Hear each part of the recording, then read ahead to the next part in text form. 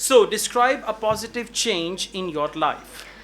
Change is the law of nature. I have also many changes in my life, but here I would like to talk about a positive change, which is time management. Earlier I used to sleep for long, for I late. used to sleep. I used to sleep for late and can't complete my homework or household work on time because I was not early bird, and I was not early bird, but now I am taking Ielts class on daily basis, and I have make a timetable. I have made. I have made a timetable, and I am completing my all tasks on time management or time, because time is the most important commodity on earth. The only difference between failure and success is effective time management.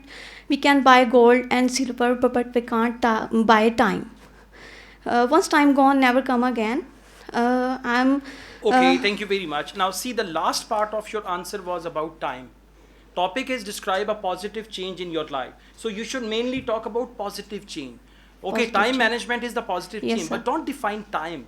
Time is this, time is that. This is all irrelevant. Yes, So, sir. you need to link time with positive change. Number one. Number two, fluency. Number three, grammar. Yes, I sir. corrected you as well. Okay, so try to focus this. Now, let's move on. Speaking part three. Is your country changing rapidly?